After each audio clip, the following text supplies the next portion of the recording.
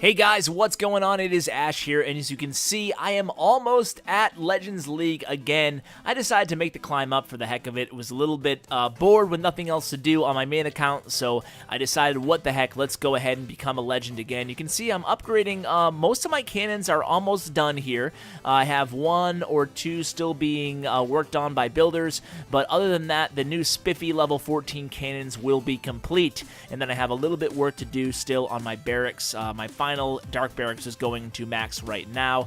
But alas, the point of this episode is not to check in on where my base is progress-wide. Instead, it's really to discuss how to 3-star ring bases. So I've been coming across ring base after ring base after ring base out here in the wild. And you know what? I think after failing enough times, I've finally got a grasp on a strategy that will actually beat them consistently. So I'm going to go ahead and show you 3 or 4 of my replays here. You can see a lot of 3 stars here in my war log, and they're all against ring bases. All 4 of these 3 stars are against ring bases. So we're going to go ahead and show you all these replays. I will go in like double speed or 4 times speed just because it does get a little repetitive on these bowler attacks. After you actually get the bowlers to the core of the base, there's not much fun in watching the rest of the raid as long as you know it's a 3-star attack. So that's what we're going to do here. You can see on this base here, I've learned now that you don't necessarily have to go into the queen. I always used to, with these bases, I used to try to attack into the queen if at all possible, but now I've since prioritized the eagle artillery because you can't have that eagle artillery hammering away at your heroes, and you only have one golem in the clan castle. So after that golem's dead, you know, the eagle artillery is going to do a decent amount of damage to your barbarian king, your queen, your warden, and of course your bowlers. So because you're spreading your bowlers out in such a wide line, and you're spreading your healers out consistently throughout that line, what you're going to do is you're going to naturally create the funnel using that second boulder on the sides to allow some of your bowlers to go to the center of the base. And it's pretty much as easy as that. Obviously, you're taking 2 jump spells, 2 rage spells, and 1 free spell. Depending on the type of ring base you're going at, sometimes that free spell isn't really even needed. I will show you a couple variations of these ring bases because they do come in all sorts of shapes and sizes, I guess. And the idea here is that not every ring base is identical, so I figured I'd bring you some replays against different types of ring bases, and then I'll show you a fail that I had against a ring base that got me really thinking about coming up with a consistent ring base strategy. So we will watch that fail as well and talk about where I went wrong. So here's a different variation of a ring base. It's a little bit more spread out here. The eagle artillery is in the center, and the queen is up here. So my thought process here is basically here's what I'm looking at when I'm deciding what angle to tackle the base. So I have the clan castle, the eagle artillery, and the queen, and of course the king. Now there's no way to anticipate exactly where those skeleton traps will be. A smart defender will put the skeleton traps outside the center. That way those skeletons can help lure the troops around the base instead of towards the center. But the idea here is, in a perfect world scenario, you're going to have some of your bowlers going to the core and then a handful of bowlers going on each path to the side of the core of the base. So again, it's going to be the same deployment here. A little bit different here, as I do have 2 kind of mini bowler walks, but that actually doesn't end up working for me. So I've stopped doing that. I've since stopped doing this. And basically what I was doing there is trying to create flanks of bowlers with 2 healers on them so they'd all stay alive and help with that funnel.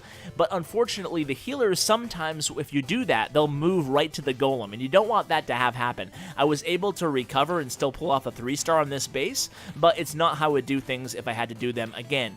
So this time I don't go directly into the eagle artillery. Why not? Well, it's because of what I was mentioning in the beginning of the attack. In a perfect world, yes, I would attack into the eagle artillery every single time, but against a base like this, where I could engage the enemy queen as well as the clan castle, pulling my units back to the core of the base, I would take that as well. You really just need to think, I mean, how am I going to get my troops into that core?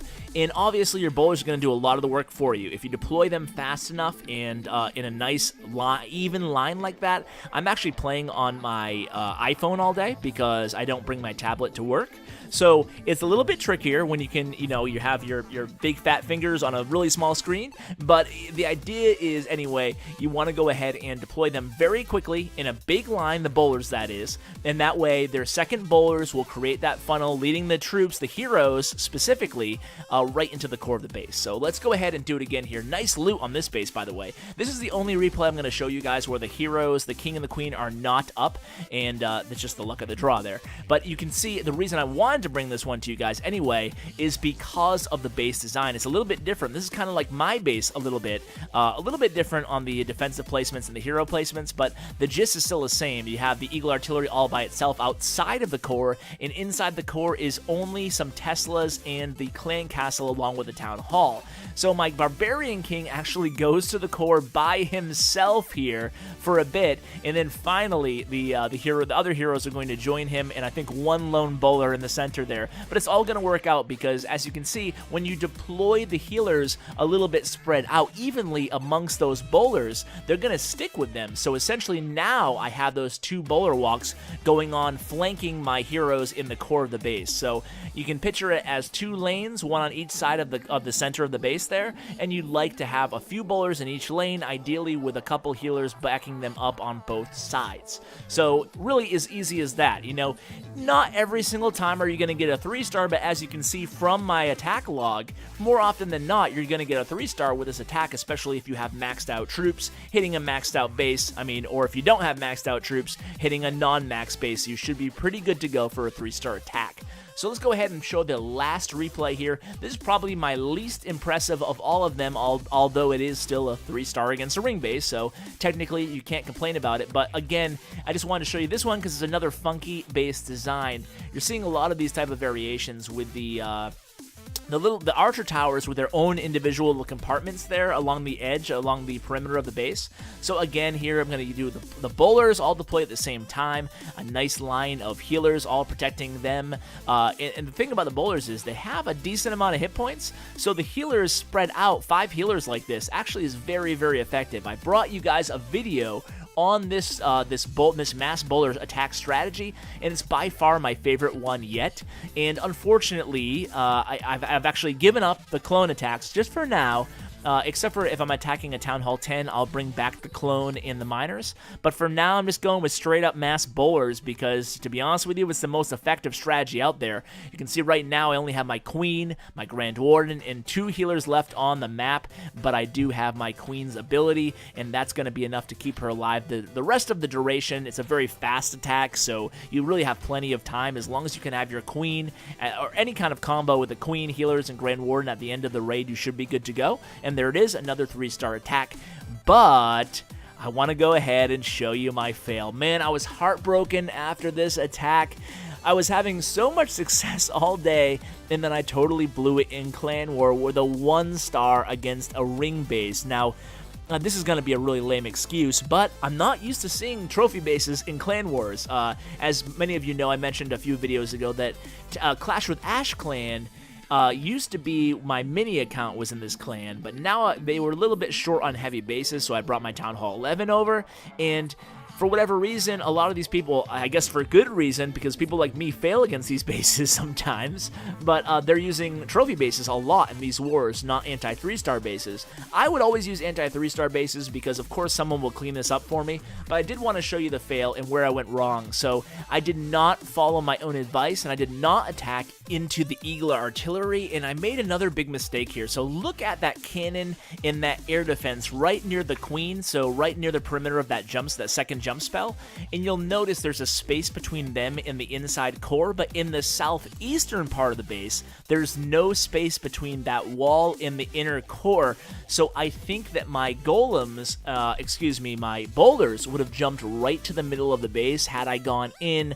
from the southeast instead of the northwest, and in fact all of my troops except for my king and 1 lone bowler actually go around the base and not into the core of this base. So I got a little cocky there and I made a big mistake. So The lesson I want to teach you guys from this failed attack is basically make sure you look at the spacing here. You always want to enter a base, and this should be your number one rule. You always want to enter a base from a direction that has the least amount of distance from the units in the core to the units in the ring. So essentially, that one space difference, that gave me a decent shot at having my troops go around, and indeed they did. By the way, might as well show this attack by J-Wall. She's a great attacker, and she did it successfully against base number 3 here. So while I'm rambling about distance and whatnot, might as well watch a 4-time replay of the same attack strategy against a non-ring base. So great attack by J-Wall. So guys, I hope you enjoyed today's episode. I hope I opened your eyes to a few new strategy tips when hitting these pesky ring bases. Guys, thank you so much for watching. I really appreciate it. And as always, take care, guys. We don't play for fame, we don't play for cash. We just play for the glory and the crash of the ash.